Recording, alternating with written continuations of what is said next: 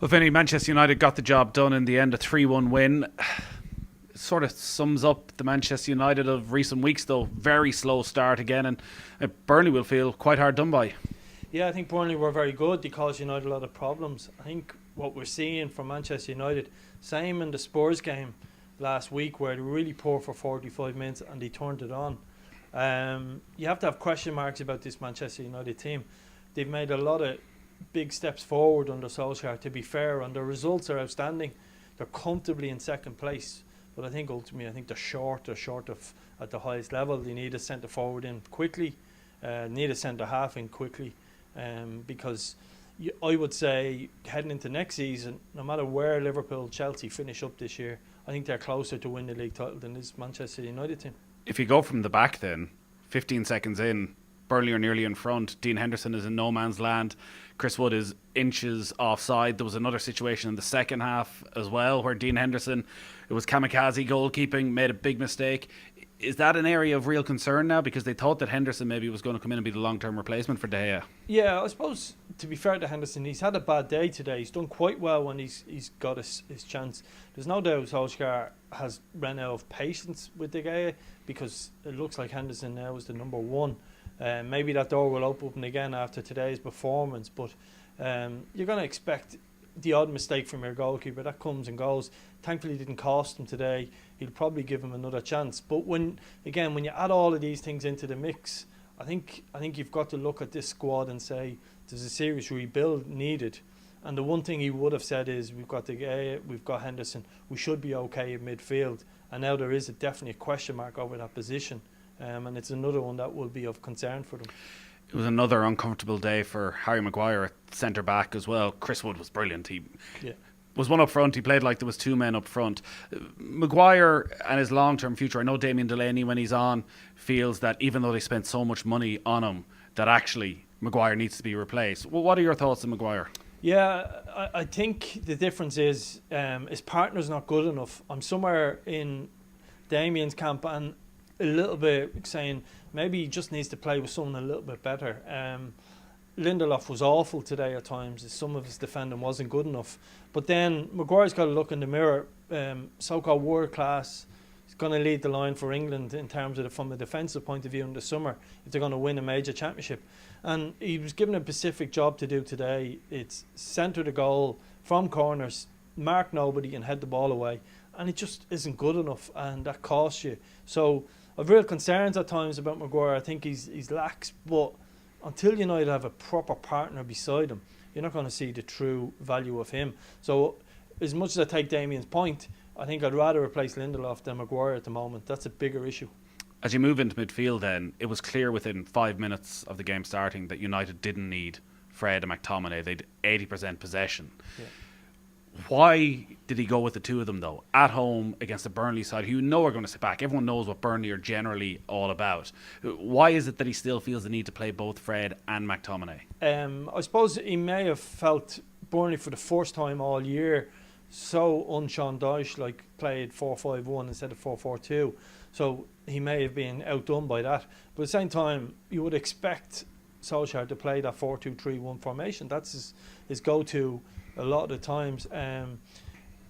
I think if you don't play it, you're vulnerable to a counter-attack. They're not good enough defensively not to have two defensive-minded midfielders in there. So ultimately, they're paying a price for that. They put Paul Pogba in there in the second half. And even at times, Burnley were able to counter-attack and run straight through the middle of them. I think Pogba and McTominay are good enough to play together instead of Fred. But the manager obviously is concerned from a defensive point of view, and that's why he makes that decision. I could partially understand it, but people will say, why aren't Manchester United at home playing a 4-3-3 system good enough to play against Burnley with one in front of the back four? I can understand why he's done it, but I don't necessarily agree with it, and because of that there's a knock-on effect further up the pitch. It's very hard to be critical of Bruno Fernandes considering what he's done over the last 15 months for Manchester United, but is he having his first dip at the moment? Yeah, I don't think his form has been that good lately. He looks a frustrated guy. You see him, a lot of petulance on the pitch. Wasn't so much today. We've seen in the Spurs game last week, throwing his arms up, fighting with referees, complaining with his own players, and he has that, and you don't mind that from a flair player like that, but I don't think his form has been that good. but we're still seeing flashes of brilliance from him. Some of his passing every so often has been brilliant. His step over for the goal today was outstanding. So he's somewhere in the middle. He's someone that United need him at his very best. Again, I think he would benefit from a real target centre forward man, someone that can lead the line for them, because it'll create a little bit more space for him in front of the back four. Well, if he's having a little bit of a dip, Mason Greenwood is entering his best form of the season. He's 4 goals now in his last 3 games. A little bit of luck for the second one, but he was in the right place at the right time for the first goal. He's incredibly highly rated. People talk about his quality of finishing. What do you think of Greenwood, and what do you think his potential is? I think he can be a number 9 in time. I think he's too young to lead the line for Manchester United. But I think coming off the right, he looks like a real natural finisher, more than most players. And we don't see that often. Like you remember back to people like Michael Owen or Robbie Fowler. They were just natural finishers. Ruud van Nistelrooy. He's not in that category yet, but at the same time, he looks like he can go there. The challenge he has is he'd better run of goals last year, as had Martial and Rashford, because a lot of their play, or a lot of their front players, are suited to a counter-attack style. And now that they have more of the ball and they're certainly more dominant, they found space a little bit harder to come by. So his goals dried up. But he's in a good vein of form. I think when Cavani plays, they seem to have a good relationship, and I think he has a real good relationship with Fernandes. I think he looks up to him. Even, as I said, the step over for Fernandes today was brilliant. They seem to be on the same wavelength, and he's a star for the future. I think United need to rebuild their squad, or sort of give it an injection. And there was a lot of talk of spending close to 100 million on Sanchez last year from Borussia Dortmund. I don't think they need to do that with the likes of Greenwood and James as backup. I think they need to spend the money elsewhere. So that's where he's been a real positive for that club. So where are they then? Because they're second in the league. They're the closest challengers to Manchester City. Maybe they can continue this winning run and get a bit closer between now and the end of the season. They're going to be back playing Champions League football next year. Yet we've just gone through several areas of the pitch where it doesn't seem to be happening. But again, they scored late goals. Like, they consistently this season have shown character to come from behind, to when games are tight at the end, they go and they grind it out. So there are still positives there for Solskjaer. Yeah, there is, and he's I think last year he done an amazing job grabbing that group and bringing them into the Champions League, being in that spot. And this year they're comfortably second. But you would feel that other clubs like Liverpool are closer to winning the league if Liverpool get back to their best. I think the Chelsea team at their very best looked better than United at times. They've been too inconsistent. I think Tuchel will take them to the next level. So Manchester United are a big transfer window ahead of them. And that's where it's crucial. And if they are the biggest club in the world, which we all think they are, then they've got to play on Solskjaer's relationship with Haaland, for argument's sake. They had time around the mould. They've got to bring someone like that into the club.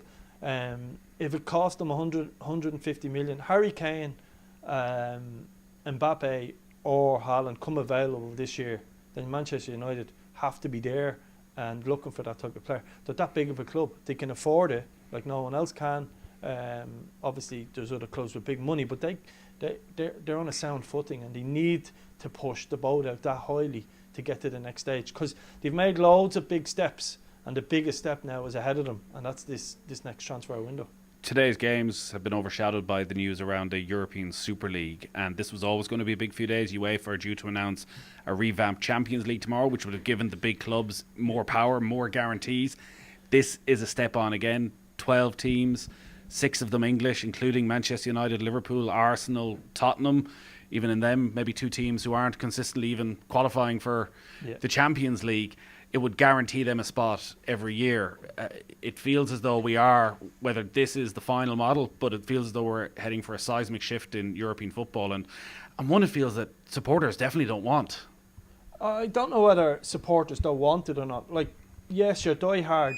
If there was 70, 80,000 people in Old Trafford today, pre-COVID, if you surveyed them, I'd say they don't want it, okay?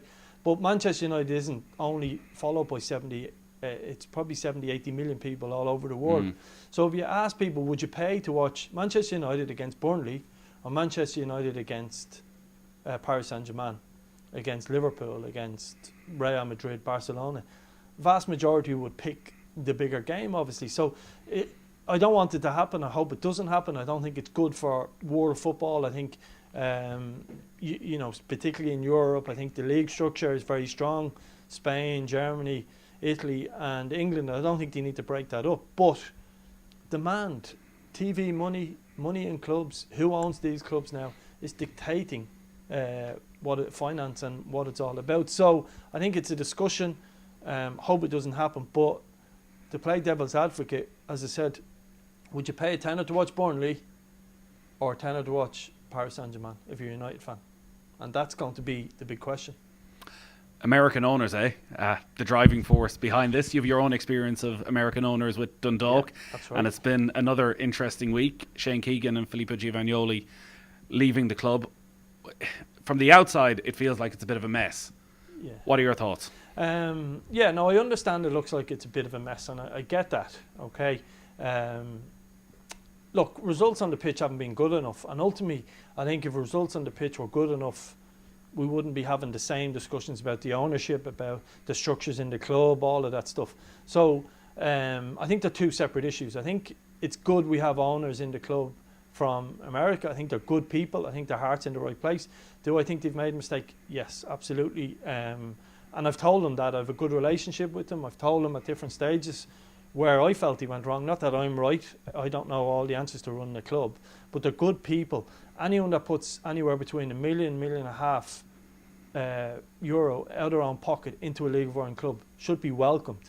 And it's not being thrown at silly projects. It's being put in for the right reasons. Have they made mistakes? Yes. But ultimately, the management there have resigned. I think both of them have resigned. Technically, I don't know the whole ins and outs of it. We don't know. The truth is always in these cases, I've experienced it myself, somewhere in the middle. They've left. Results aren't good enough. But the Dundalk project, I don't think it's over yet. I genuinely believe that Dundalk as a squad is as good as any other squad, and they can still win the league this year. People will think I'm crazy for saying that. I think that squad can win the league this year. So it needs to turn very quickly for them. But I think they're more than capable as a club. Would you go back? I've certainly unfinished business in football in League of Ireland. Definitely have unfinished business up in Dundalk. It was a huge part of my life for 8 years. You know. And yes, you are still close to the owner from... Yeah, I would still have a good relationship with the owners despite what people like to suggest and different things. Listen, for eight years, and my wife even knows this, the last thing I ever thought about going to bed was Dundalk. The first thing I thought about was Dundalk. So it's a huge part of my life. I feel I've unfinished business there. But football is a strange world. Who wouldn't want to manage a team that's capable of winning the league? Who wouldn't? So, long-winded way of saying. Have you told the owner that? No, I haven't. I haven't spoke to him in a couple of weeks. So it's not my place. It's if they rang me, I'd certainly discuss it with them. But I'm sure people would say this old lazy comment of who in the right mind would go into that club is just nonsense. Well, that comment is there because of how you left the club and a feeling that there was outside interference into team selection, into signings, that the manager didn't have the final say, that the American owners, for all the good they're doing in investment, that actually they wanted a bit more than just investing. They wanted a control of the actual first team. Yeah, well, that's not true. They didn't want control of the first team. Look, people have their own opinions of what happened. Only really me and the owner himself or the chairman have understand what was going on between our relationship.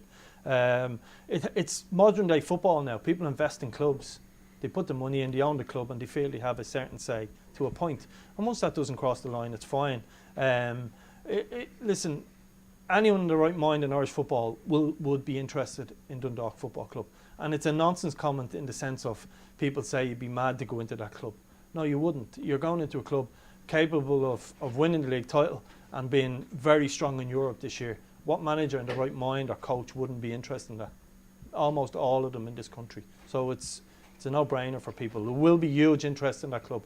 The CVs will arrive in the door this week, a couple of hundred, and I'm no doubt about that. it's interesting like that you wouldn't be against going back, or you'd be open to a conversation, because a lot of people in your position might be quite bitter about how it's gone from what Stephen Kenny and yourself built up over a number of years, the way it ended. A manager comes in completely out of the blue from America. It doesn't improve. I know they had the Europa League one, but results don't improve. From the outside, perceptions aren't good. That I'm surprised you're not more bitter in a way about how it's gone over the last year. Yeah, I'm not bitter. Like, I care about the club, and I care about any club. I've only ever had a couple of clubs, like Longford Town at 8.5 years as a player. You know, anyone that knows me knows that I will die for the club I work in. Whether if I... And it would hurt a few Rovers fans to hear this. If I took over Shamrock Rovers tomorrow, I'd do everything in my power for that club. So that's me as a person. There was a joke made about a tea lady could pick the team up in Dundalk. And I understand it. But like, that nearly hurt me because I know the tea lady up there. Yvonne Waring is one of the greatest people you'll ever meet. But the point about that is there's real people in that club who are hurting because of the results, hurting because of the negativity around the club. As I said, the owners of the club made mistakes, no doubt about it. But there's some great people in that football club. There's great people in Irish football. So I care deeply about it. Listen, I'm not saying I would go back tomorrow. It would have to be a long conversation. And there's absolutely no reason for them to ring me either as it currently stands. So, but anyone in the right mind would be interested, if you're out of work, which I am, interested in one of, if not the best clubs or opportunities in Irish football. Of course I'd be interested in it. And by the sounds of what you're saying, whoever does go in, you feel actually does have a squad there that can turn it round. Yeah, I've watched every League of Ireland game this year. Without doubt, I've watched everyone because the new streaming service is very good. It has its glitches, etc., etc. But I think from a standard of the Dundalk squad, they're capable of winning the league this year. Yes, they're making it difficult for themselves in terms of, but fine margins. They could have easily beat Pats 2-1, two balls cleared off the line, Stonewall penalty given that wasn't given the week before. It's fine margins in football. Little moments, little things need to go their way, but they're not far off it. They've got people more than capable of winning that league in that club, and it's a healthy proposition. Someone's going to get a very lucky job on their hands, and I think Dundalk can be there or thereabouts. Good stuff as always, Vinny. Cheers, thank you.